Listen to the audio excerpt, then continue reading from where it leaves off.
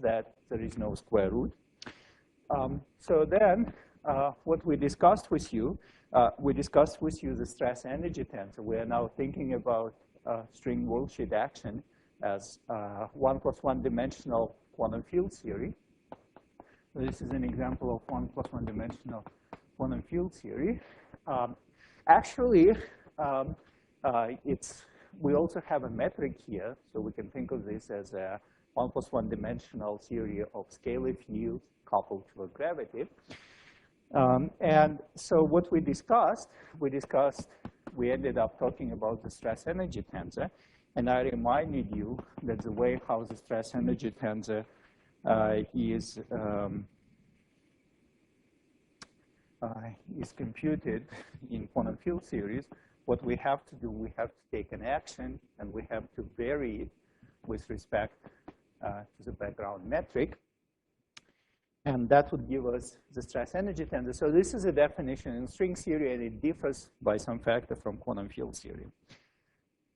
So also, when we discussed this action, so this action has a bunch of very nice properties. So in particular, it has two-dimensional diffeomorphism invariance. And so in particular, as a consequence of this two-dimensional diffeomorphism invariance, the stress energy tensor must be covariantly conserved. And so the derivation, I was pointed out late after the lecture that I was a little bit cavalier in my derivation. And so when I was doing this derivation, pretty much following Wald, what I missed is that in general, there would be contribution due to the variation of the matter fields. And the way to get rid of them and actually have this conservation of the stress energy tensor, I must put matter fields on shell. So this is true provided that X mu satisfies equation of motion. So this is only condition on shell. So then the second invariance of this action is a Weyl invariance, right? So this is an invariance when we take a metric and rescale it, gamma AB. So our Polyakov action is invariant, and as a result of this, so we can derive the following identity, that the trace of the stress energy tensor must vanish. And actually, in order, this is an identity. In order to do that, I don't have to use equation of motion. And the reason for that is that under the Weyl transformation, matter fields does not transform, and coordinates don't transform either. So that's where we finished last time. And so now, what we will do, we'll just compute the stress energy tensor in this theory. And so let's just do it. So I have TAB, right? So equals to minus 4 pi root minus gamma. And then I have minus 4 pi alpha prime. So now I have to vary the action, delta over delta gamma AB. Sorry, with the lower indices, right? Absolutely correct. So let me, I'm not gonna, well, there will be an integral here. So I have to, what I'm doing right now, I'm varying this piece first. So this gives me 1/2 minus gamma to the minus 1/2. That's from variation of the square root. And then I have gamma AB, delta gamma AB. And I have nothing, I'm not touching this combination, right? So I'm just gonna use a shorthand notation. So I'm just gonna define this to be del X squared. So that's one piece. And so the second piece will come, so that's when I varied the square root of the Wolfsheet metric. Now I have to vary this. But I want to write down the variation with the lower indices, right? So, and remember, the delta gamma AB, that would be a natural variation coming here. But remember, one of the formulas that we discussed, that's the same as delta minus gamma CD, gamma CA, gamma DB. So if I try to lower the indices of the variations, there will be an additional minus sign. So what that tells me is that I will have a minus sign here, and then I have minus root of gamma. And now those components of the metric I have to use to raise indices on del x. So I'll end up having del A x mu, del B x mu, okay? So, times delta gamma AB. Okay, so very good. So any questions? Sorry? You still have gamma. Well, that's in here. That's what I meant, del x squared. But you still have, you just variation. You still have right? Minus gamma. Oh yeah, sorry. There is a determinant. Yes, you're absolutely right. There is a determinant.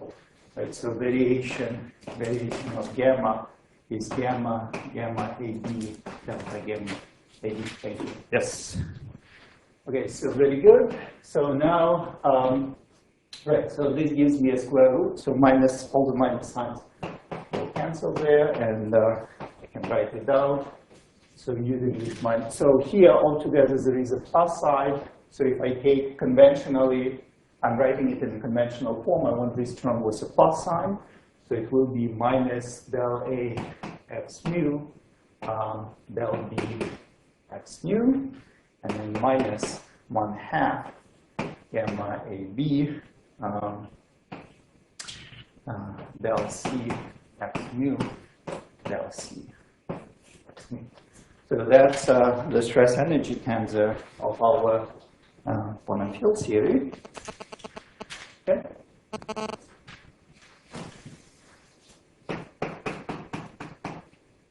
Now, so what I want to, so first of all, you can see that, you can see those two facts that I said here.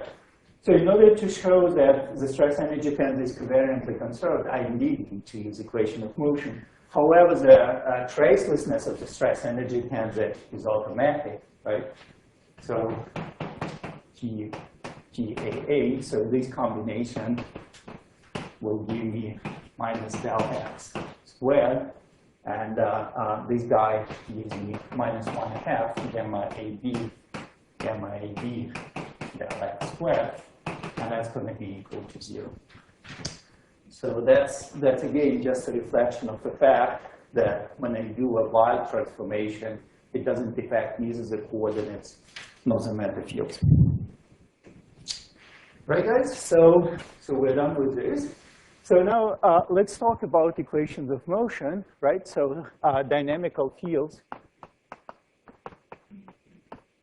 Dynamical fields, in our case, are the background metric, gamma AB, and then there are scalar fields on the wall sheet, x mu. So delta S over delta gamma AB, so must vanish, right? However, it's clear, if you recall the definition of the stress energy tensor, up to a factor, that's exactly the stress energy tensor. So one of the equations of motion is vanishing of the stress energy tensor. Now let's derive the second set of equations of motion when we vary the action. With respect to scalar field x mu. So that's equal -1 4 pi alpha prime and integral d tau d sigma and gamma, gamma AB, x mu, nabla B, x mu delta. And actually there is additional factor of 2 here, right? Because I can vary either of the axes that I have there. And so now I will do a sloppy thing first, and then we'll go back and look a little bit careful. So I'm going to integrate by parts, and so now this covariant derivative will act on this combination here.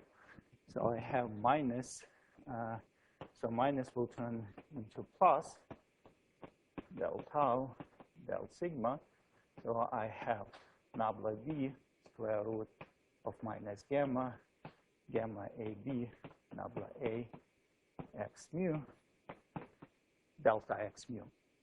Okay, so plus boundary terms that we'll talk in a little bit. So, so this variation must vanish. So we're assuming that we have the right boundary condition for now. We don't care about them. And so that gives us the equation of motion, nabla B acted on square root minus gamma, gamma AB, nabla A of x mu must vanish. And so if you remember Wald, then the combination here is precisely the D'Alembert. More precisely, it's root minus gamma times D'Alembert. And so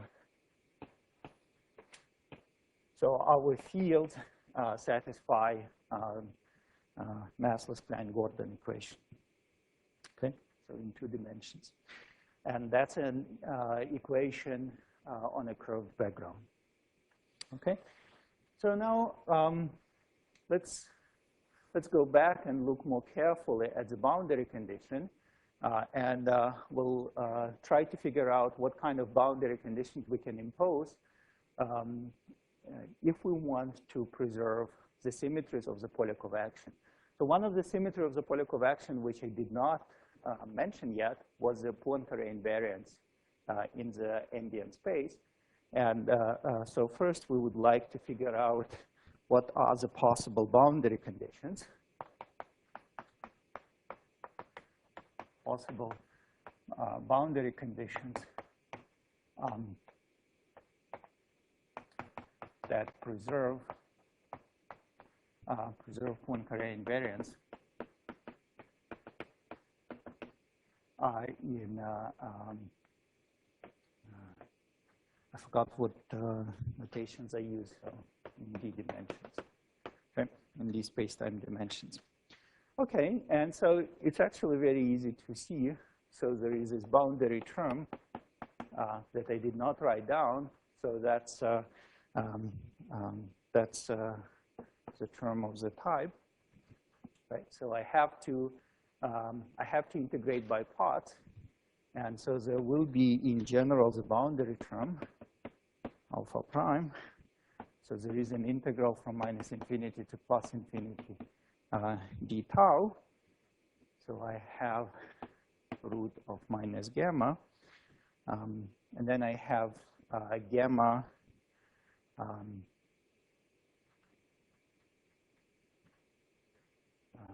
so again, so I'm assuming here that we have only space-like boundary. So the time goes from minus infinity to plus infinity. So the boundary term can come only when we integrate with respect to sigma direction. And so what this tells me that it must be sigma times A, right?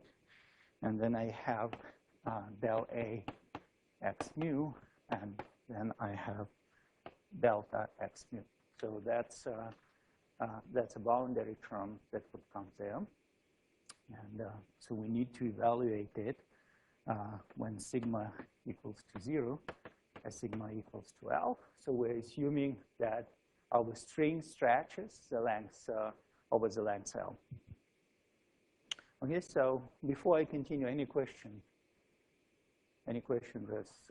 So what is gamma sigma A? Gamma sigma A, so this It's just this piece, right?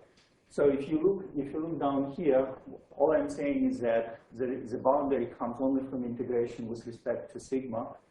So the only thing I need to care carefully when I do integration by part, when I have del sigma here, which tells me that the index B equals to sigma. So I still have a summation over the A index, and so that's what I wrote there. Okay, so in order to have the equation of motion that we derived there, massless Klein-Gordon equation, so what we need the vanishing, and to have a well-defined variational principle, we need the vanishing of this boundary term. And so you can see that there are two ways how this boundary term can vanish. So the way to make it vanish is to enforce this condition. That's one possibility. So we can declare that del sigma of x mu of tau 0 equals to 0. Del sigma of x mu of tau L equals to 0. So that's one way of imposing boundary condition. And so this is known as Neumann boundary condition.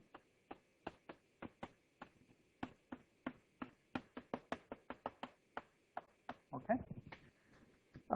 And so another way, and notice that this boundary condition is actually Poincare invariant, right?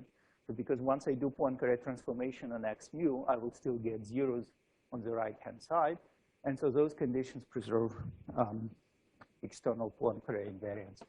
So that's one way to do boundary condition. And so notice that in this case, this type of boundary condition implies that our string has ends. So we have Neumann boundary condition for an open string. By that, I simply mean that the string has endpoints. Okay. Another type, another way of imposing this condition is to require that our fields are periodic. So in other words, x mu tau sigma we can identify with x mu tau sigma plus L. And so in this case, obviously, there will be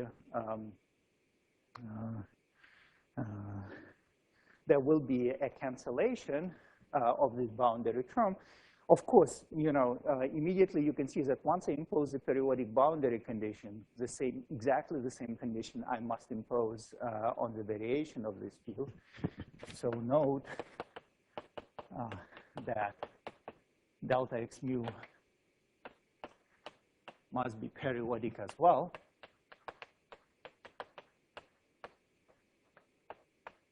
Okay. And so what this tells us that in fact we're dealing with the closed string. So we identified, as we go around in this sigma coordinate, all the fields become identical. And so it's natural to think that we identify sigma plus sigma of L. And in other words, we're dealing with closed strings. So the second type of boundary conditions, which are consistent with Poincare invariance and gives a well-defined variational principle of Polyakov action, are these closed strings. So finally, I'm sure that some of you have heard that, well, there is a Dirichlet boundary condition. So let me talk a little bit about it. And we'll return back to them later in the course. So Dirichlet boundary condition. Just one second. So let me explain what that is, and then I'll answer a question. So what's the Dirichlet boundary condition? Delta x mu of tau 0 is exactly the same as mu of tau and L, the variation equals to 0. So the ends of our string are tied up to certain hypersurfaces.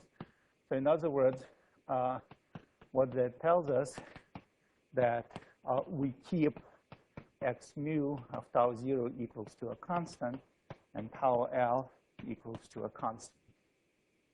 Now, questions? Periodic boundary condition implies that variation at both ends are equal, but how you're taking This delta? Yeah, from delta to how you arrive on periodic boundary condition. I mean, No, I'm just saying that it's periodic consistent. boundary condition is there, then this variation will vanish. Right, so I'm just saying that, so we are trying to figure out what kind of conditions we impose on our fields, right, in such a way that this boundary term would vanish.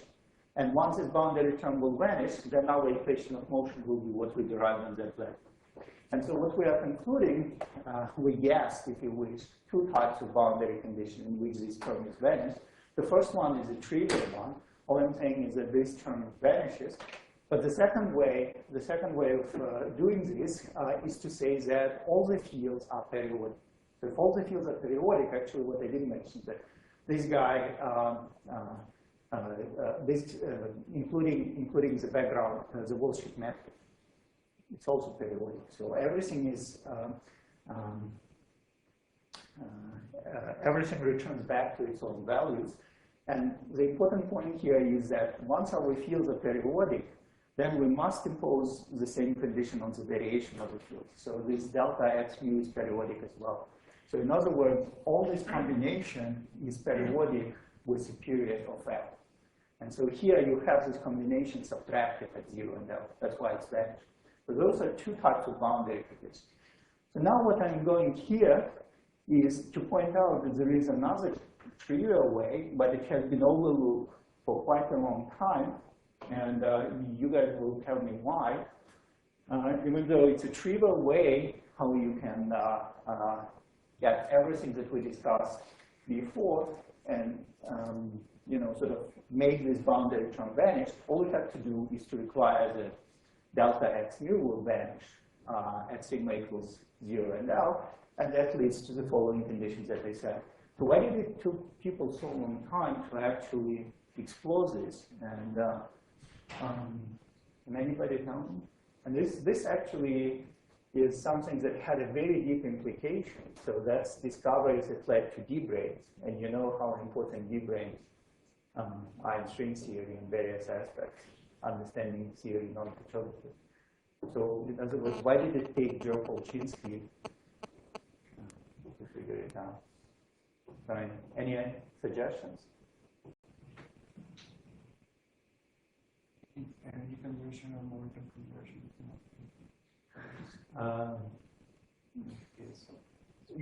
We'll talk about quantization of string and energy and momentum much later. You should be able to answer this question, what you know so far. So any ideas? Yes. You're basically holding the ends of the string fixed in space. Yes. That's just like the rest of the string can't really propagate. Yes. And what's wrong with that? You can't. Eventually, we know it's not wrong, and it would lead to discovery of additional, objects in string theory. But why it is wrong? Well, given everything that I talked so far. See, the crucial word, and I kind of emphasized it, is that we were looking for the boundary conditions which are Poincare invariant, right? So which means that our boundary conditions are invariant as we make translations and Lorentz transformation in the external space. So now what's happening here, once I pin my string to a certain hypersurface, to a certain point in space, that condition is not invariant under Lorentz transformation. It's not invariant under translations. So those hypersurfaces, the D-break, they break their Poincare invariance of a space-time in which our string propagates. And that's why people discarded these boundary conditions to begin with. The idea was we're going to try to impose very rigidly this Poincare invariance. And so if you do that, then those are inconsistent boundary conditions with Poincare invariance. So what it's done is that it breaks Poincare invariance. Okay, so is that clear? So we'll go back to it, and it will be interesting to explore what are the consequences of this. Okay, so all right, guys. So So here, when I wrote these boundary conditions, I want to just write them down in slightly more covariant way on the wall sheet. And so the idea here is that, well, here I kind of make an assumption that my wall sheet is oriented in such a way that sigma, the endpoints of the sigma interval are the boundaries of the open string, but I can be more general, right? And so if I am more general, so let me go back to this boundary term, and I'm not going to make any assumption about the orientation. In other words, I will try to write down this condition, particular this one, in a more covariant way on the wall sheet, right? So this guy is not very covariant because I had to choose the sigma variable. Okay, so how do we do that? Well, so let's look back at our boundary condition. So it's -2 over 4 pi alpha prime. And then I have, so the boundary, I shouldn't put an equality sign because there is additional, well, okay, so I can put equality sign and write it down in this way. So del tau, del sigma. So that's an integral over the wall volume, over the wall sheet of our string, and then I have del v, right? So when I integrate by parts, there will be this term del v square root of minus gamma ab del a x mu delta x mu. Okay. So that's before what I actually wrote. So what I wrote on this blackboard, I just assumed that the boundary is only at the endpoints of the sigma interval, and then this derivative becomes del sigma. So I integrated this total derivative, and I get sigma equals L, sigma equals 0, but I want to do it in a more general case. So I'm not making any assumption here. I'm just saying that there is a two-dimensional manifold M, and so that would be the boundary term. And so here I want to remind you that that if I have, so here you can, I think I like very good. There is a very nice book by Nakahara, Geometry, Physics, and something else. I forgot.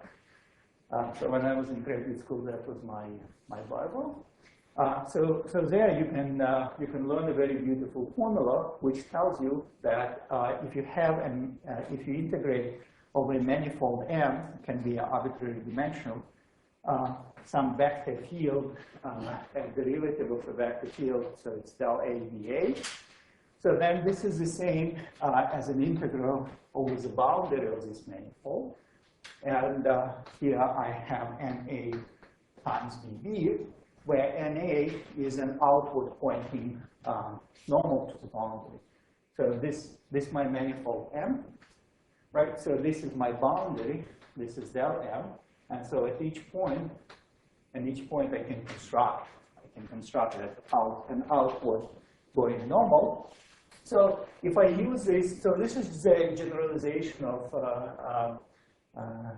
divergences theorems that you derived before in various aspects of your calculus.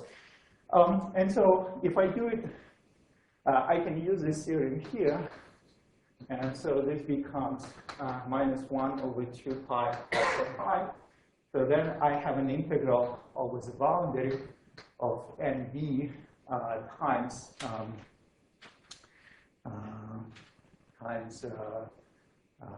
del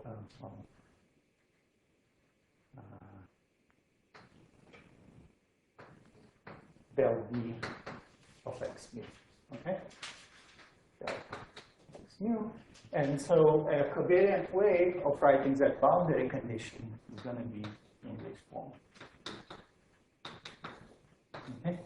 So here notice that I have summation over the wall sheet indices in the right manner, and so that boundary condition is actually wall sheet covariant. So this is again Neumann boundary condition.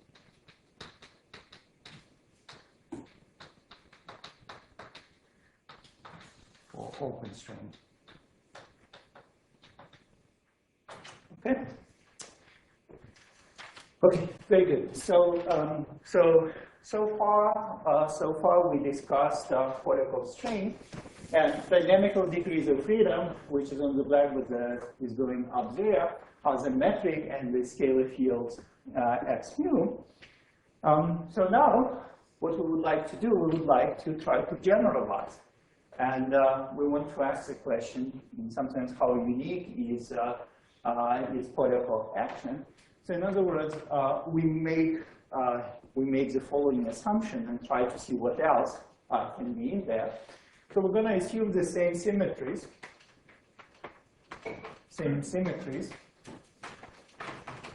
And by same symmetries, I mean the three symmetries, our Poincare invariants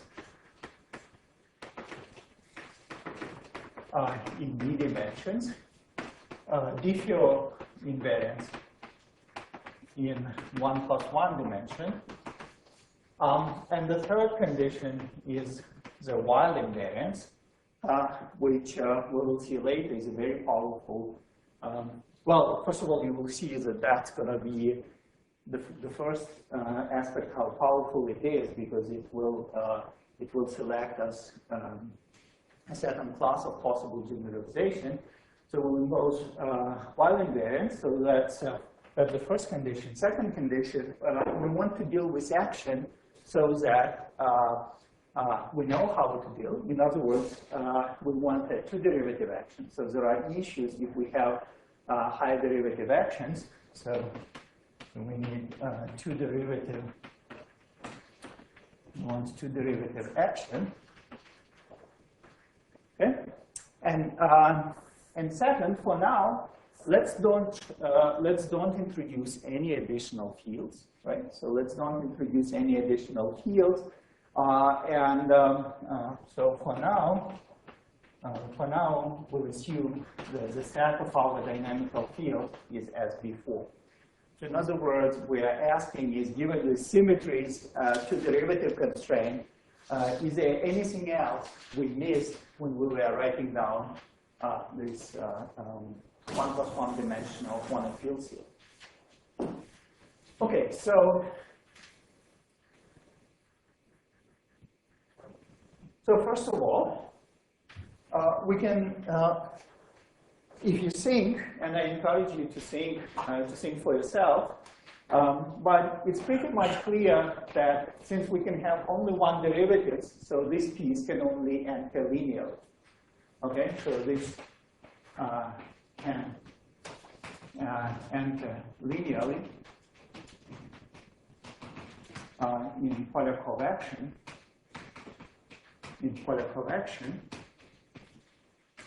And so we already have one term in which is linear. So the only thing available that we can write down.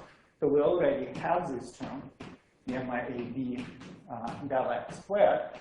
So if you wish, so the only thing that we can write down, as long as we restrict to a two-derivative action, something that. Well, so you might try to construct something that doesn't depend on the derivatives of x mu, but if it doesn't depend on the derivatives of x mu, you will immediately run into problem with Poincare invariance, right? So you need to differentiate x so that whatever enters in this action is invariant with respect to translations. So what I want to say is that this something can depend only on gamma AB and nothing else. Okay? So are you with me? You agree with that? Okay, so if that is the case, then we have to ask ourselves. So we have just metric, and we want to construct objects which are invariant under diffeomorphism invariant. And so those objects must be differential invariance on our manifold. So must be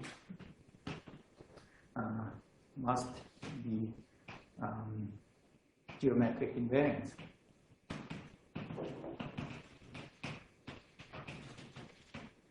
Now, we know those geometric invariants. Those are, for example, the square root of the determinant of the metric, and another possibility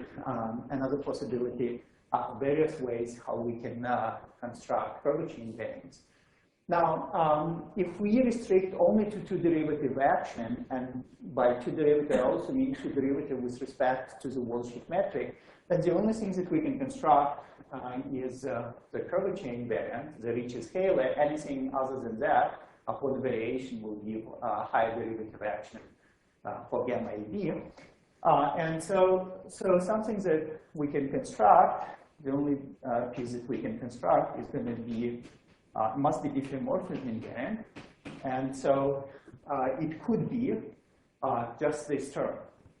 Okay? So this is a potential new term. Okay? Right. So let's talk. Let's discuss this term. So first of all, we need to see if this term is invariant under diffeomorphism invariant. Okay, so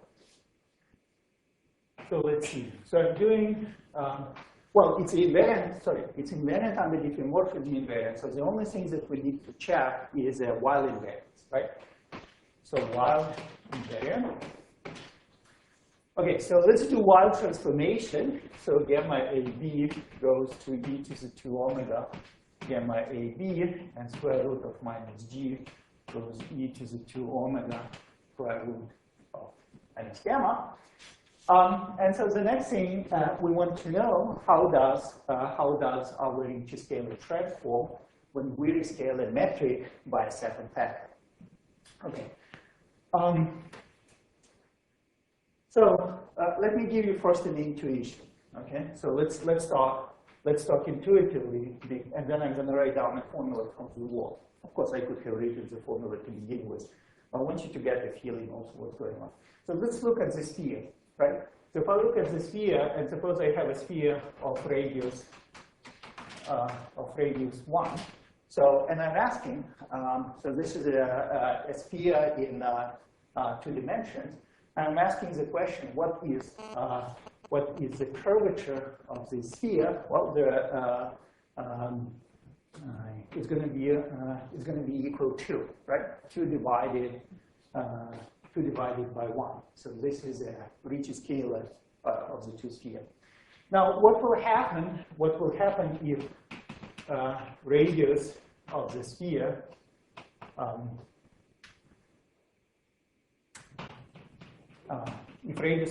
becomes L? So I scale the radius of the sphere by a factor of L. So, well, you know that the Ricci scalar in this case will be 2 divided by L squared. But once I scale the size of the sphere by a factor of L, what happens is that the metric on the sphere scales by a factor of L squared. Right? So I'm making my sphere larger, so the metric I'm using has a factor of L squared here. So what I'm trying to give you an idea is that once you do this while rescaling, the Ricci scalar will transform into Ricci scalar e to the minus 2 omega, which is exactly what's happened here for the sphere when we simply scale the radius of it, right? So if we scale the radius, the metric and the Ricci scalar transform in an opposite way. And so this would be correct. This would be correct if omega, well, del omega of A would be 0. So in other words, if our while parameter would be a constant. So that would be a correct statement. However, because in general, omega is a function of the worldsheet coordinates, there will be additional terms that come in here. And so those additional terms, I'm just going to write it down for you. You can look in the wall, and that's one of the appendices. I forgot, called the appendix E. So first, there will be a term that's the old Ricci scalar times e to the minus 2 omega. And then if we do it in the general d dimensions, then there will be a term like this, and then there is a term d minus 2, d minus 1, nabla omega squared. Okay? So in general, the Ricci scalar under Weyl transformation transforms in a non-trivial fashion. So the case of interest in our story for the Polyakov action, little d equals to 2. So this term vanishes. However, we still have to deal with the first term, and so under Weyl transformations, d tau d sigma square Einstein-Hilbert term on a string wall sheet will transform d tau d sigma, and then I have here square root of minus gamma e to the 2 omega e to the minus 2 omega. So here I have r minus twice box omega. Okay, and so this is an integral over the wall sheet of our string. And so you can see that those things happily cancel. We have what we had before, but then there is an additional piece, so extra term.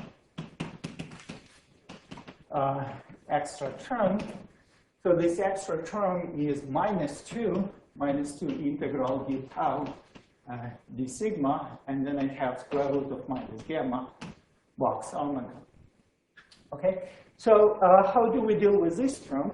Well, so first of all, box omega is the same as covariant derivative del A acted on the scalar omega. And so what I can do, now I can take this del A and move it past symmetric, right? So we know that one of the features of covariant derivatives is that it doesn't act on symmetric. Symmetric is covariant to constant with respect to covariant derivative. So I can write it down, this guy times nabla A, and then I have square root of minus gamma, nabla A omega. And so you can see now that I can use Gauss theorem and rewrite this as an integral over the boundary of my space. So now here, that's a total derivative, so that becomes NA times minus gamma nabla A omega. Okay, so what you can see is that in general, imposing Weyl invariance with this additional term adds additional constraint. So we want that this term vanish, and so you can see that there is an obvious situation in which this term vanishes. And so the obvious situation is closed strings.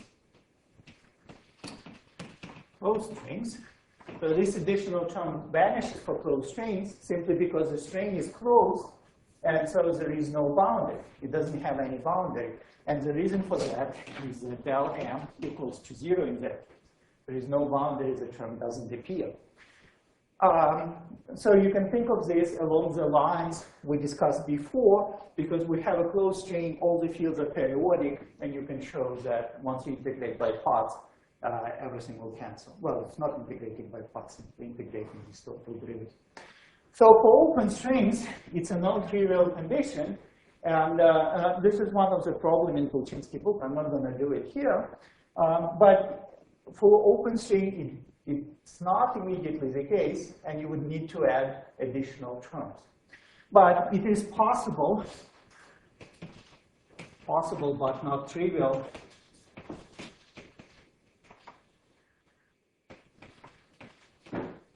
to generalize to open strings. And so this is an exercise in differential geometry, and the answer is given in a Polchinski book. Alex, can I ask a question about, could we just say that, could we pick up the term which will be while invariant? For example, we can make something from while tensor and no, while tensor is already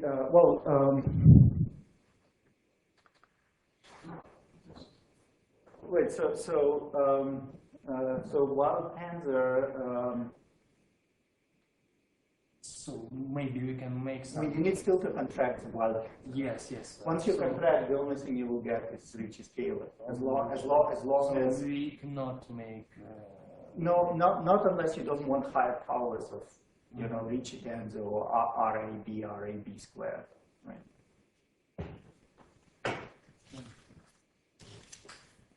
Very good. So that's all we can have, right? So what at least I convinced you for the closed strings, such an additional term might exist, and so our next, and I told you that it can be included even for strings with boundary, open strings. So our next task is to ask, will it change the story, everything that we discussed so far? And so what that means that we have to ask our question, how does this term, additional term, how Einstein-Hilbert term on a Rothschild would affect our equations of motion, right? So eventually we want to solve the equation of motion, find the spectrum of fluctuation of the string. And so it's clear that this guy is not going to be affected, right? So this will get exactly the same equation of motion as before, because here we vary the scalar field and not the metric. However, there was an additional equation of motion where we varied the action with respect to the background metric, and so we can do that. And so if you do the variation, if we do the variation of the Einstein-Hilbert term, sigma, so what you will find out, so this is an integral over m, so you'll find out, again, this is just the standard stuff from the world, gamma AB times R, and times delta gamma AB. Right, so not a surprising thing that if you vary Einstein-Hilbert term, as a result of this variation, you will get Einstein equations. And so here, this term will produce an Einstein equation in 2 dimensions. And that's going to be a correction, right? It's going to be a correction in principle to the stress energy tensor that we computed before. Now, here, the special situation is that we are in 2 dimensions, in D equals 2 dimensions, and so you can do the counting how many independent components Ricci tensor has in D dimensions, and so the answer is, so again, you can look in Nakahara book, that's where he copied this formula, so a number of independent components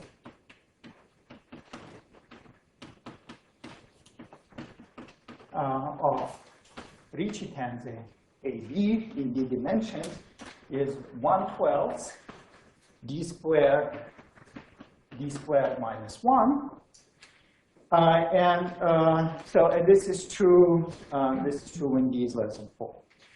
So if we substitute in this formula, D equals 2, so I have 4 times 3 divided by 12, so I get 1. So in other words, Ricci scalar in 2 dimensions has a single independent component, and what this means is that whatever it is, it must be proportional to gamma AB, right? So I need an object that carries the same index structure as the Ricci tensor, so it must be that's a background metric, gamma AB. And so here I have, in general, arbitrary coefficient lambda. And this arbitrary coefficient lambda is this single independent component of the Ricci scalar in 2 dimensions. However, we can compute what this lambda is. So what I can do, I can take a trace on both sides, and so I have Ricci scalar equals to lambda times 2. So in other words, my coefficient lambda is 1/2 times the Ricci scalar.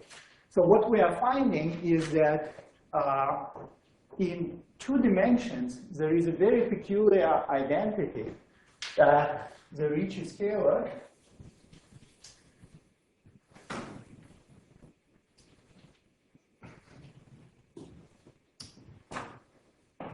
RAB minus equals 1/2 R gamma in B only in D equals 2 dimensions. Okay?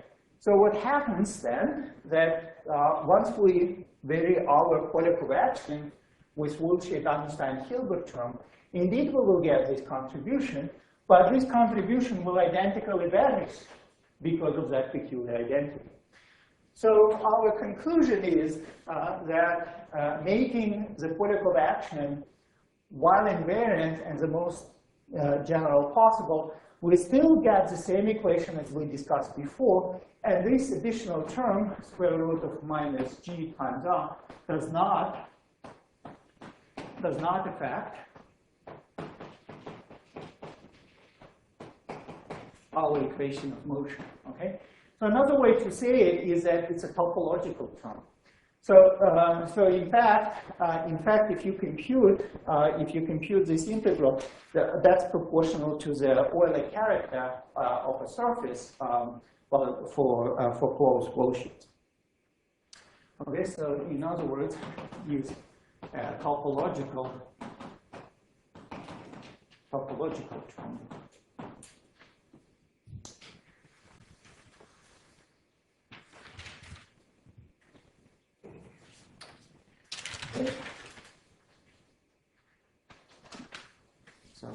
So now we have the most general Wolfschild action. I can write it down.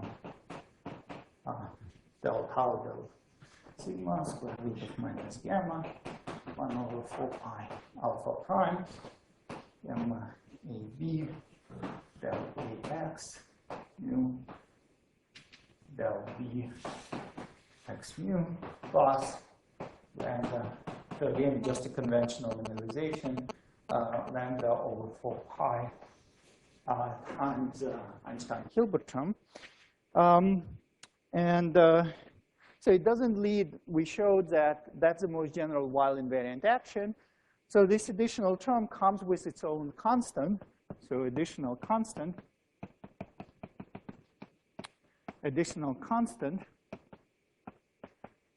Okay, so I put constant in brackets because I advertise you that in a string series there are no parameters, there are no free constants. So what actually happens is that this constant is related.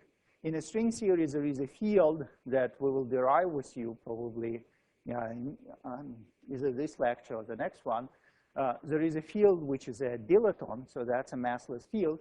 And so this constant can be shown to be related to the expectation value of one of the excitations of the string. So it's not a free parameter, it's just an expectation value. So this term is topological. So even though it doesn't contribute to the equation of motion, but it will distinguish Wolfschilds of different topologies. So in particular, if I look at closed Wolfschilds, which look like a sphere, the Euclidean Wolfschilds, and so if I look at Wolfschilds that have a different topology, say a 1 torus, then the contribution of this term here and here will be different. And so you can think of it that this is the term that would organize the string theory perturbative expansion in terms of complexity of our Wolfschilds. So this is we'll get back to this issue when we talk about loop corrections in string theory. So that's the term that will differentiate Wolfschilds of different topologies. Yep. Is always oriental, and 2D, the only Yes, so we talked about orientable wall sheets, but it doesn't have to be this. So you can consider wall sheets which are non-orientable. And so there is a way of incorporating that.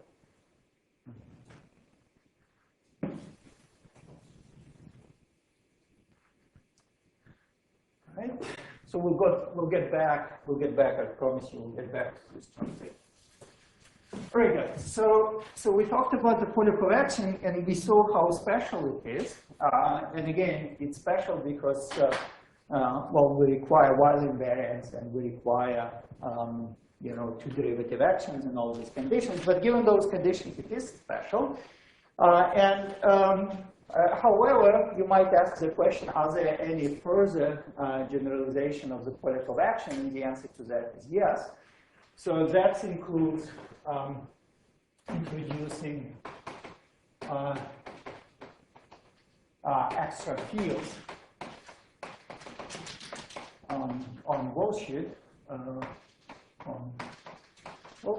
and so in particular fermions.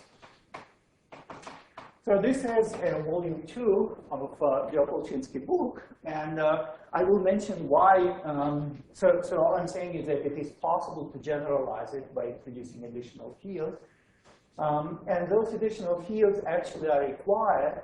So they are precisely the type of fields that will make the string theory action supersymmetric, and the supersymmetry is necessary in order to not get garbage predictions from string theory. Otherwise, we'd be getting, at least the best thing we can do is to try to do perturbative analysis, and what we will do, we will find out that there is a tachyon, and so our vacuum is unstable. We'll all discover that. So what we will see is that, I'm not going to talk about this at all in the course, but you will see that something like that must be done. Otherwise, everything that we talk about doesn't make sense. And it doesn't mean that what you learn here is worthless, because everything, it's really much like, you know, with this Einstein-Hilbert term on the wall sheet. Everything you learned before Einstein-Hilbert term was okay. Now you realize there is this Einstein-Hilbert term, but that doesn't change anything. The same thing kind of here. So you will learn out that the bosonic strings that we study, we're going to study in this course, is a SIG theory, so it has an instability. And however, everything that you will learn will be okay. And the only thing you can think that the fermions will do perturbatively is to cure this instability. Okay? So that's the attitude you have to take. All right, guys, so any questions? No, good. So we're done now. And so what we would like to do, so our string will fluctuate. And we want to know what are the spectrum of fluctuations of our string. How does it fluctuate? And so we move to study of spectrum. Well, I'll talk about open strings, and then we'll discuss generalization to closed strings. And so in doing that, we will get what I promised you before. We will find out that this capital D, the dimension in which the string can propagate. So we have to quantize this open string, and we find out that D must be equal to 26. Okay? So in other words, we obtain critical dimension of string theory. Bosonic string theory. Okay, so now, so remember that. So what was our logic, right? So the natural way to think about the string and is to well, or the most geometrical way is to think about Nambu-Goto action. So in this Nambu-Goto action, it does not have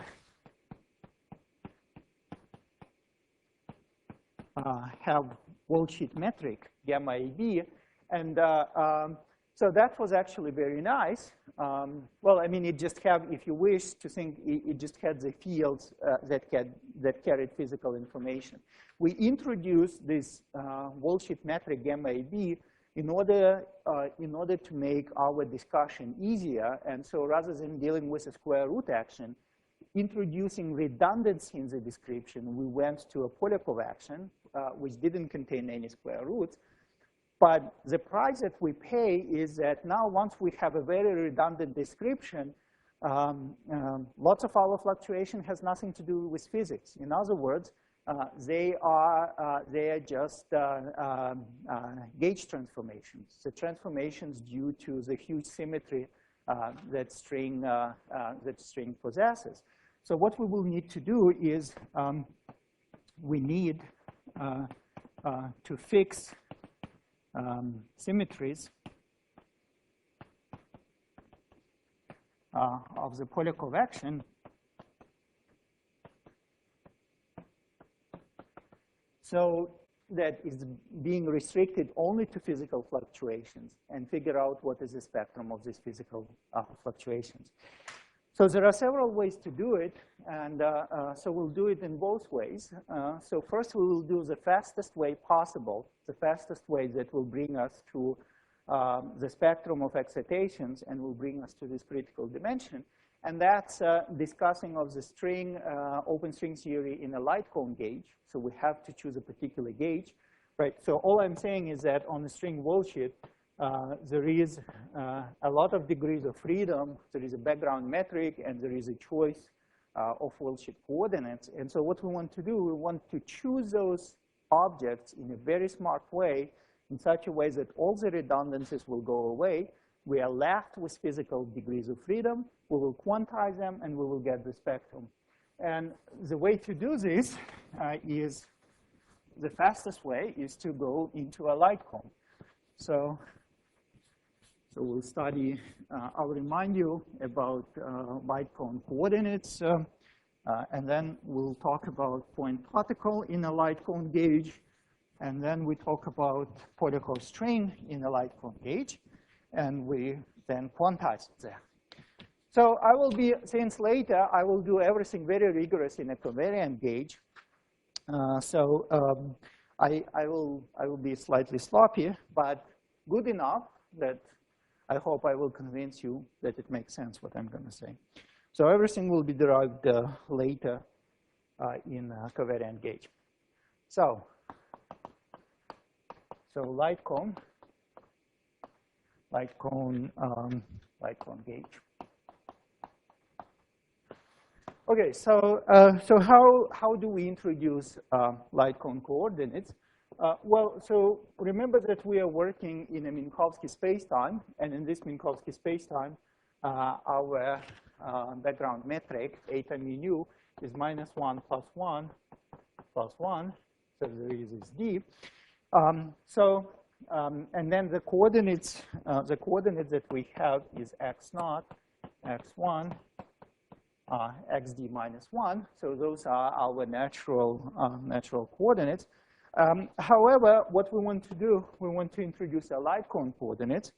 And so the way to do this, so those two light cone coordinates, I will call x plus and x minus.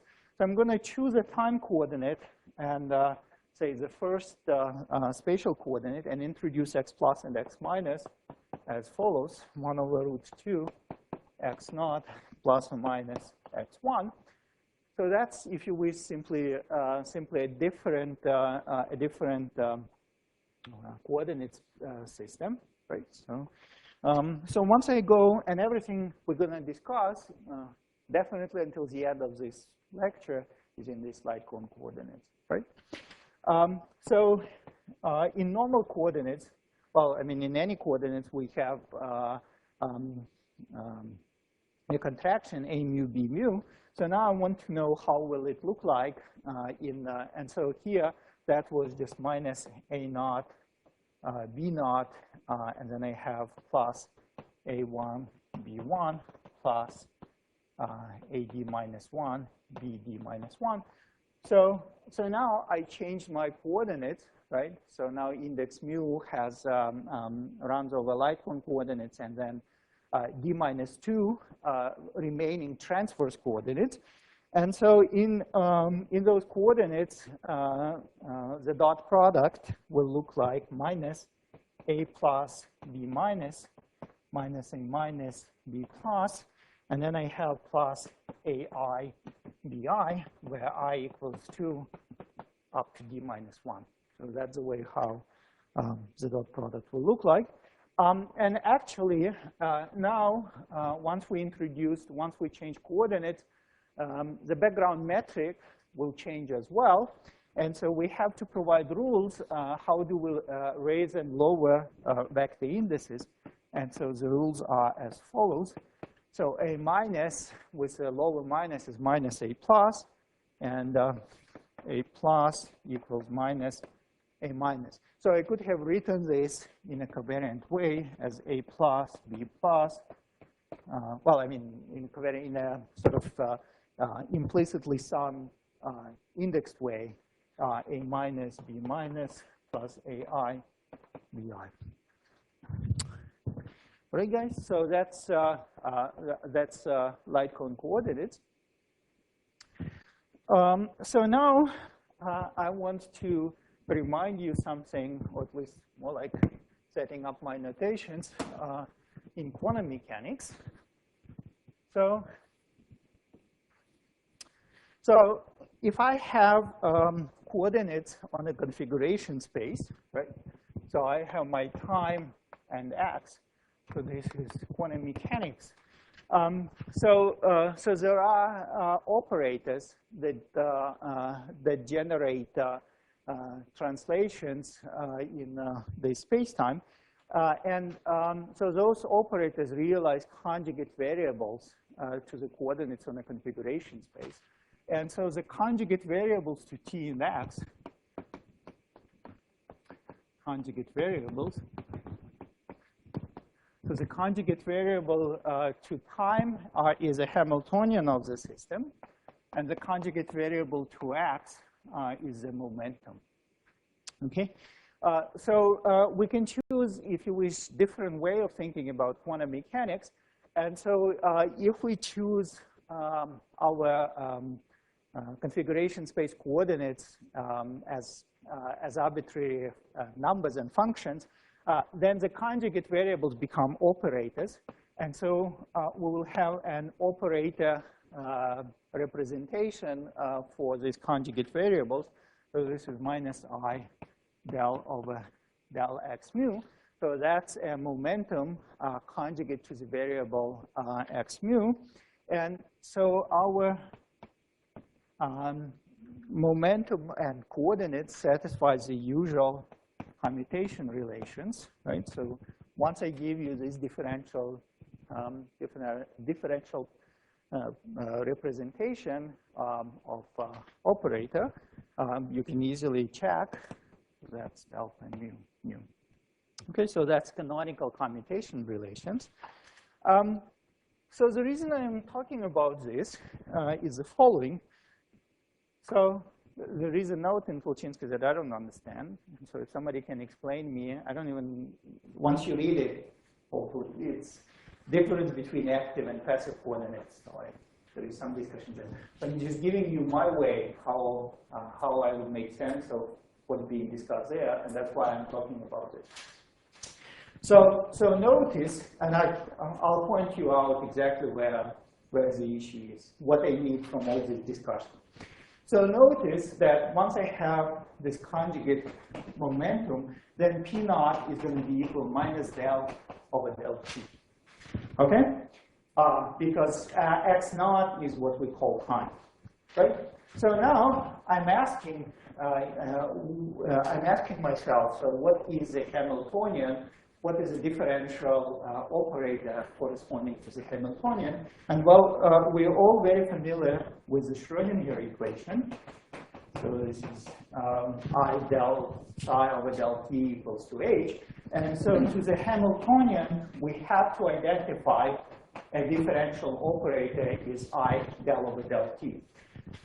So the statements that I want to make, the statements that Joe is making, and when he makes this statement, he tries to explain why that is the case. I'm just looking at this and I'm just making a statement that you can compare this. That's a differential representation for the operator p sub naught, which is conjugate operator to time, and that's a Hamiltonian. So the Hamiltonian equals minus p sub naught. He talks about active and passive variables, which you don't understand. All right, guys, so from all this discussion, and when we talk about the quantization, that's what we're gonna take. That how do we construct a Hamiltonian? We identify what is our time. We construct a conjugate variable, a conjugate momentum to time. That will give us P naught, and minus P naught is the Hamiltonian of our system. Okay, so we are done, and now we'll go back and discuss point particle in this light cone coordinate, and we'll obtain the spectrum of the point particle and discuss its quantization. Very good. So now I'm just going to reiterate what we have there. So now I'm going to choose my time. So when I talk about point particles, there is a world line time, which we also denoted tau, and there is tau also on the worldsheet of the string. So now I'm gonna, and I was free to choose that tau anywhere I want. So what I want to do now, I'm going to choose tau to be along the x plus. So it's a light cone time. And so once I do that, so there will be a conjugate momentum to x plus. So this is conjugate variable. And so now, in this light cone gauge, following the discussion there, again, I have to declare that my Hamiltonian is going to be minus P plus. Okay, minus P plus, and that's the same as a P minus. Because you remember the rules, once we can raise the index, and the index flips from plus to minus, and there is also additional signs that we pay. Okay. So in other words, so from here you can see that P minus plays the role of a light cone energy.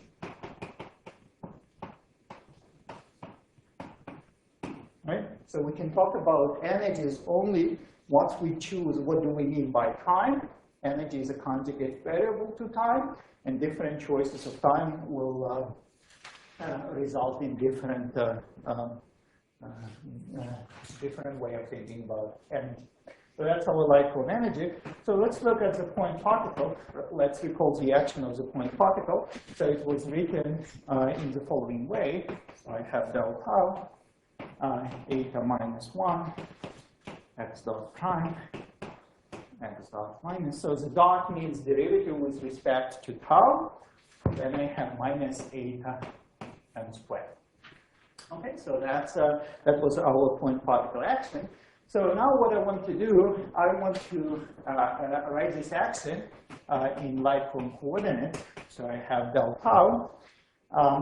Now here I have minus 2 eta minus, and then I have x dot plus, x dot minus. So those are just plus and minuses, and there is a factor of 2 if you look at the dot product of two vectors. And then there is plus eta minus x dot I, x dot I. And finally, I have minus eta m squared. Okay? So up to now, tau is an arbitrary parameterization of the world line, but we agreed with you to align it along the light cone time. So x plus we identify with tau. So what that tells us, that dot of x plus equals to 1. And so So our action will take the following form: half e tau minus 2 eta minus x dot minus plus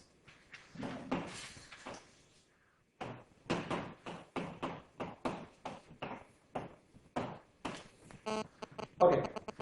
So we have taken a point particle action and we rewrote it in Lycon coordinates. So now what we can do, we can compute conjugate momentum to our dynamical variables, right?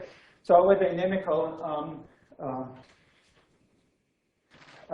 well, so naively,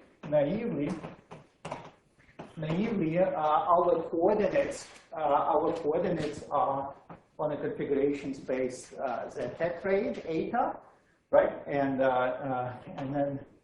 then there is xi. However, yeah, okay. So let's do that. So now once we have coordinates, what we can do, we can compute canonical momenta, which is just conjugate variables to these coordinates. So that's del L over del x mu dot with respect to Lycon time. And so this equals, so for the p minus, I have to take a derivative with respect to x dot minus. So that gives me minus eta to the minus 1. So p plus is, right. So from here, I would have to conclude that p plus is going to be equal to eta minus 1. So here, all I did is just simply raise the index there. And so pi is, I have to take derivative with respect to x dot I. So there are two of these, so 1/2 will cancel. And so I have eta minus 1 x dot I. And so I can, okay, so let me keep it this way.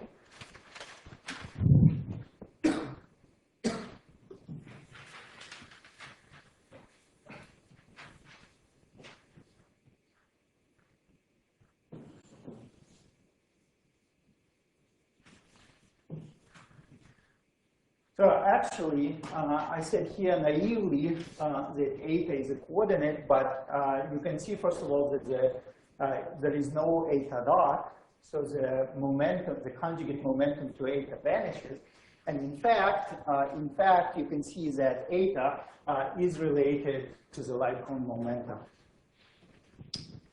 Right, guys? So we constructed conjugate momenta to our coordinates. So our coordinates are x minus and xi. So we constructed our conjugate momenta, which was p minus and p sub I.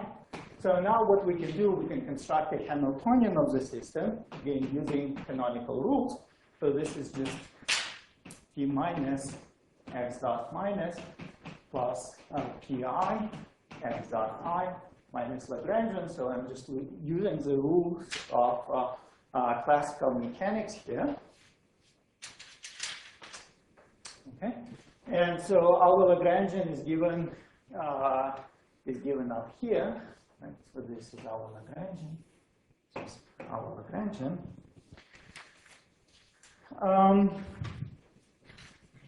So notice, so one note that I want to do. Note that there is no term p plus x dot plus, and that's simply because when we construct canonical Hamiltonian, we have to go only through dynamical variables, and x plus is not a dynamical variable.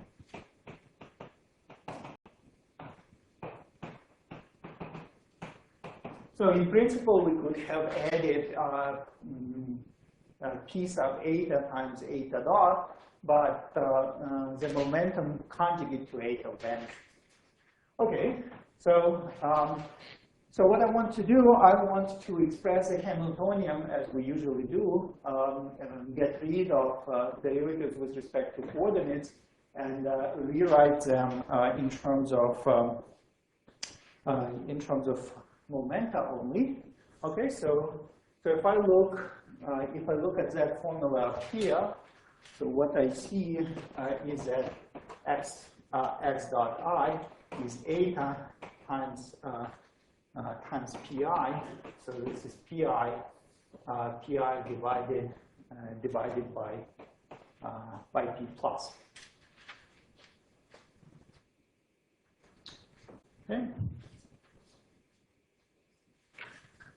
So I have p minus x dot minus plus pi times pi divided by p plus, and then I have my Lagrangian with the minus sign.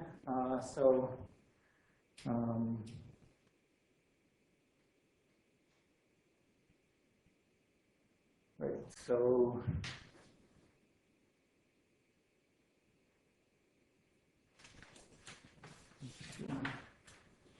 I have minus 1/2, right, coming from the first term. Eta minus 1 is p plus times pi over p plus squared. That's the first term. The second, sorry, no, I'm doing something wrong. Okay, that's what I'm doing. I was looking wrong. So this is the first term, and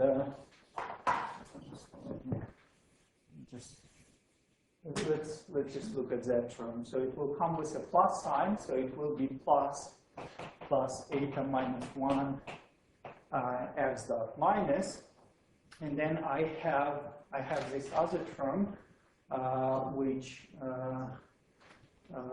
must come with a minus sign. So minus 1/2. Then I have p plus pi over p plus squared. And then there is a minus eta m squared, so that becomes plus 1/2 eta m squared. All right? So now eta minus 1, I have to replace eta minus 1. So eta minus 1 is minus p minus. I have minus p minus, okay? And so this equals, so you can see that those terms cancel. So I have 1/2. I have 1/2 pi over p plus, and then I have plus 1/2 eta. So eta, somewhere I wrote what eta is. So eta is 1 over p plus. So plus 1/2 over p plus m squared. So in other words, we are finding that the Hamiltonian of our system pi plus m squared divided by 2p plus. Okay? So that's the outcome of our canonical analysis.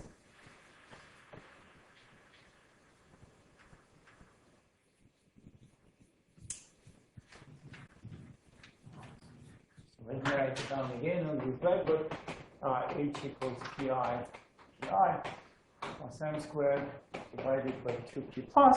And so here, that's a place where we have to recall that our Hamiltonian is also is identified with p minus.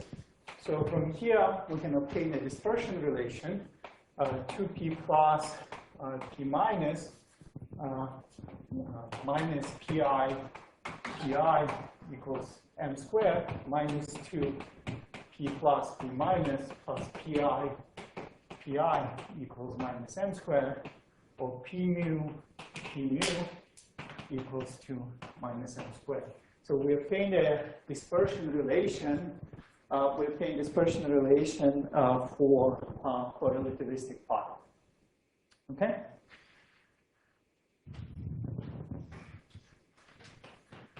So once we did a classical canonical analysis, we can just do canonical quantization by replacing any Poisson bracket with a commutator times minus I.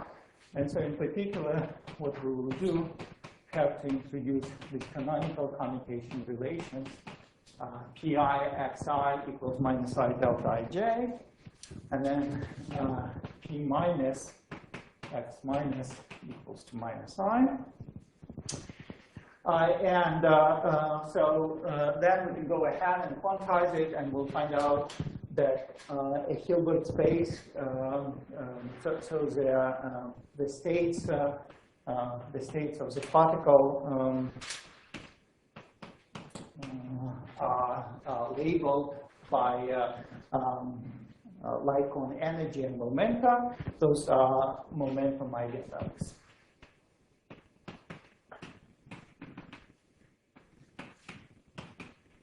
Okay. All right, guys. So I'm not going to say anything more on the point particle, but I'm going to now move to the strings, and we'll do all the same, slightly more in some more detail. Do first classical canonical analysis, and after that, we will go ahead and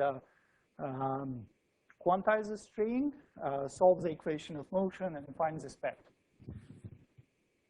So let's, so I'll keep talking until 11:50, and then we'll have a 10-minute break. Are you all right? Is that okay? Okay, let's go ahead.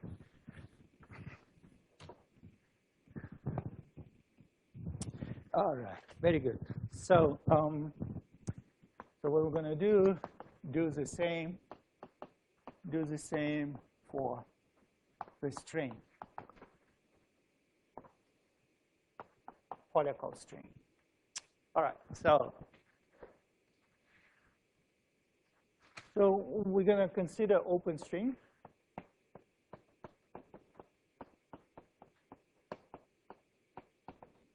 Right, so tau goes from minus infinity to plus infinity, and variable sigma from 0 to L.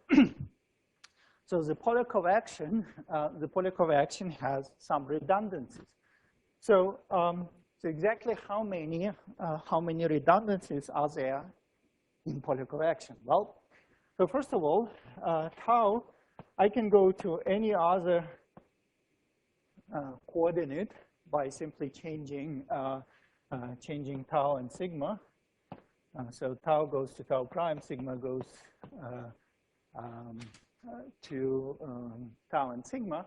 So that's two arbitrary functions.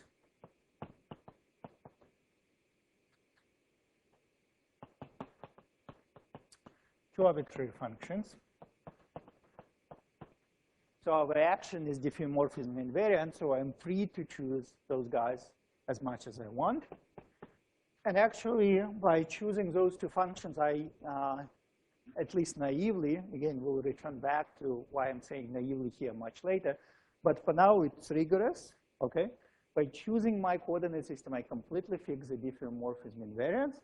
And there is a third freedom that I have. So remember, our action was invariant under Weyl transformations, and that Weyl transformation came with an arbitrary function, tau plus sigma, so plus one more.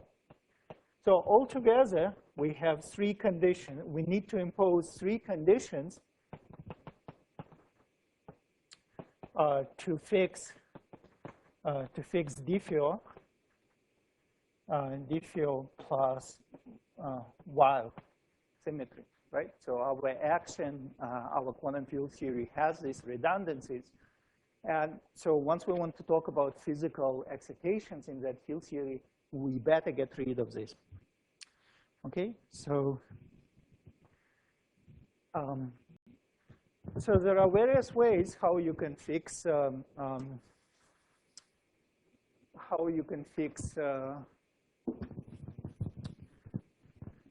those three invariances. So we need three conditions.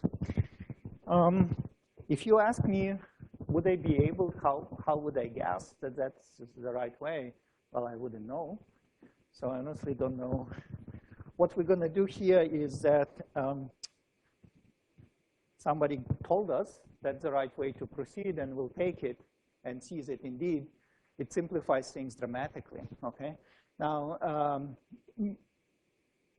I guess what I'm trying to tell here is that it's difficult for me to motivate why that particular choice I'm going to make without, without making the choice, doing the computation, and showing that the action becomes simple. So, so let me say how bad it is. So I told you that we need to fix we need to provide 3 conditions. So the first condition is that we're going to choose the light cone gauge, right? So the second condition, we're going to impose this particular property on a sigma-sigma component of the metric, del sigma, gamma sigma sigma equals to 0. And the last one, so we're going to impose a condition, the determinant of gamma equals to -1. Okay, so those are our gauge fixing conditions.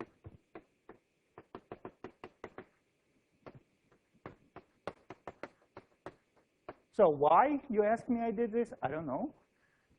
What I'm going to show you that once we choose gauge condition in this way, then we will get a very simple quadratic action, which will look very similar to the action of a bunch of relativistic particles. Okay? Now, what you should be asking me is that, is this gauge choice consistent? So there are 3 conditions, but those 3 conditions look completely different from the conditions that I would be doing if I were to try to fix diffeomorphism invariance and the Weil invariance. And so what we need to do, we need to show that we can always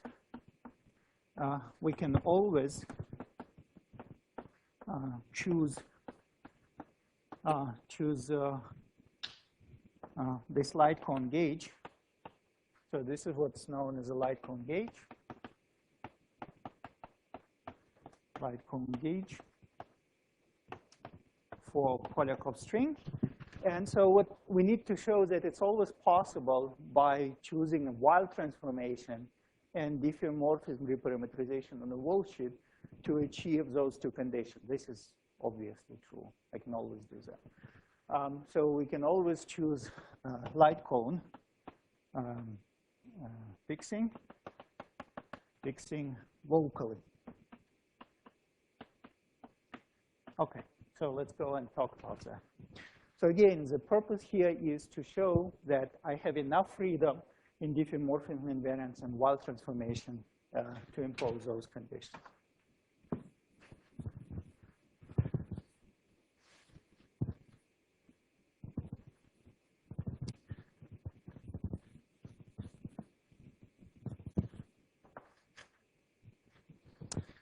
Okay, so well, the first thing is obvious. We're going to set x plus equals to tau. That doesn't require anything.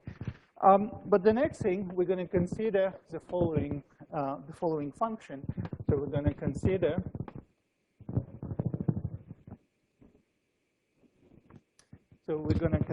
why is that? It's getting too agitated. So we're going to consider the following function that I'm going to define as gamma sigma sigma, and then I have minus gamma to the -1/2. Okay? So the first thing I want to show is that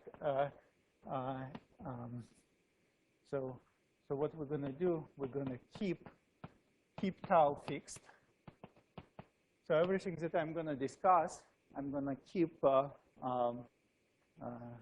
my wall sheet time tau fixed. And then I'm going to show that f times d sigma is the same as f times d sigma prime. So if I change my sigma coordinate, then this quantity represents an invariant length element. Okay, so this is my invariant length right? So it's invariant. It's invariant under residual reparametrization of spatial coordinate on a whole sheet. Okay? So let's see that that's indeed the case. Well, so what we need to do, we need to compute f prime. So f prime is gamma sigma sigma prime minus gamma prime to the minus 1/2, and it's equal. Well, so suppose I make change of variables, and so meaning that I keep tau fixed. So sigma goes to sigma prime, which is a function of sigma. And so as I make this change of variables, so sigma sigma will go to sigma prime, which is going to be equal gamma sigma sigma. And then I have d sigma over d sigma prime squared, right? So this is just the way how the metric will transform. And then I need to care about the other component. So sigma tau will go to sigma tau prime, which is going to be sigma tau d sigma over d sigma prime. So instead of two derivatives, there will be one derivative here on this lag. And finally, sigma tau tau will go, sorry, gamma tau tau will go to gamma tau tau prime, which will not transform. And the reason for that is that we are not mixing tau and sigma in this transformation. So if you do that, so you can see that this becomes sigma sigma d sigma over d sigma prime squared, okay? And now I have a metric, so let's see how the determinant of this gamma prime will transform. Well, I have to compute a determinant, which is this guy times this guy minus the square of this guy. So you can see that what I will be left with d sigma over d sigma prime. So I will have minus gamma, and so this is d sigma over d sigma prime squared. And so the metric, the determinant of the metric is raised to the minus 1/2. And so this guy is going to be raised to the minus 1/2 as well. Okay? So now you can see that this f prime, so here that will flip the order, and 2 will become 1. So 1 power here will cancel. So I have my old function f times a single derivative d sigma over d sigma prime. Right? So we showed that f prime equals f times d sigma over d sigma prime, which is exactly what I wanted to show. So from that, it immediately follows that f times d sigma equals f prime d sigma prime. Okay? So this is a very important property because it tells us that f d sigma is an invariant length element. And so that tells us that, well, dl over L, well, actually, I apologize that I'm going to use the letters that I never will use before or after, which is this capital letter L. So this capital letter L, sigma equals 0, and sigma equals capital L. I don't want it to confuse if I write little l there in the denominator. That's not a variable. So I'm writing down an invariant length, dl over capital L. So it's going to be equal. To, so if I integrate this over the sigma interval, I will get 1, right? And so here on the right-hand side, I'm going to write down the quantity which I integrate. I will get 1 as well, which is f d sigma divided by integral from 0 to L f d sigma. Okay? So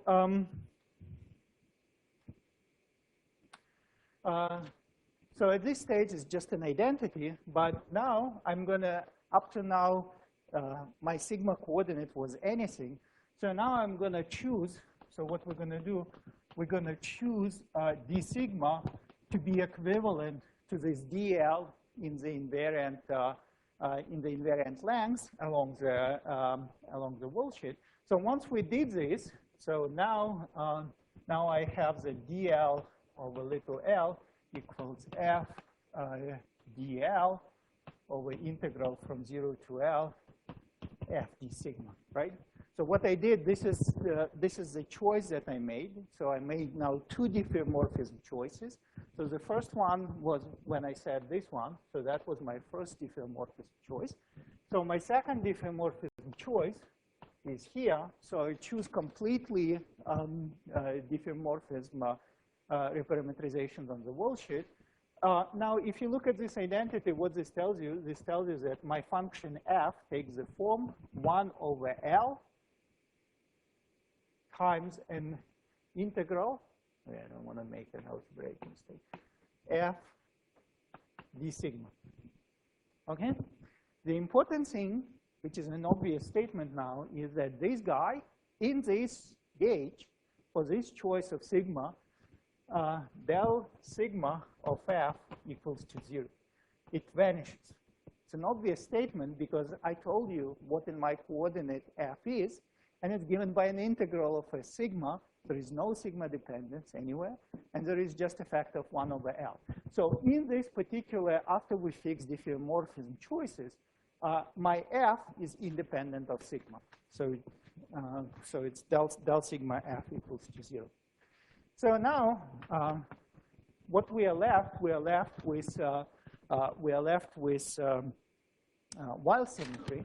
And so remember that Weyl transformation gamma AB goes to gamma AB times e to the 2 omega. So the metric gamma will go to gamma times e to the 4 omega. So the point is that I can always use, we can choose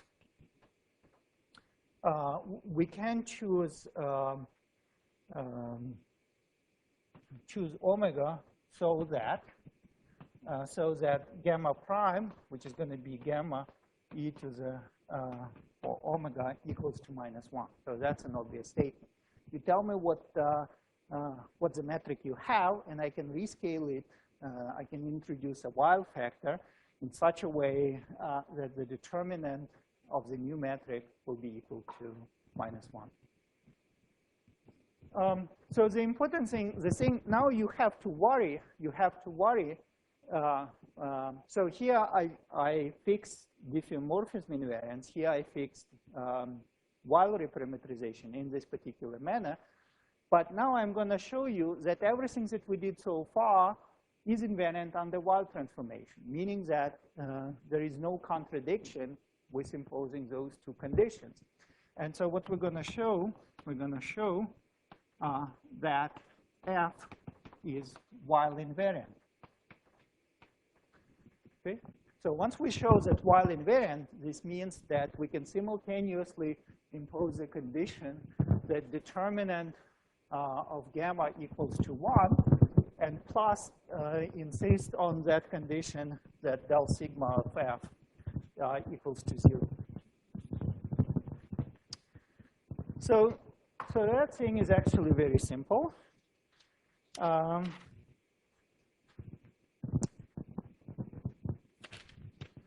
Right, so, okay, so I don't have it. I shouldn't be making a mistake. So remember that f is gamma sigma sigma, and then minus gamma to the -1/2. So f goes to f prime, which is gamma sigma sigma e to the 2 omega, right? So there is e to the 2 omega from Weyl transformation of this factor. And then there is minus gamma to the -1/2. And then there is e to the 4 omega to the -1/2. And so you can see here, indeed, that my f is invariant with respect to Weyl transformations. So the bottom line is fixing diffeo plus Weyl in a way how we discussed.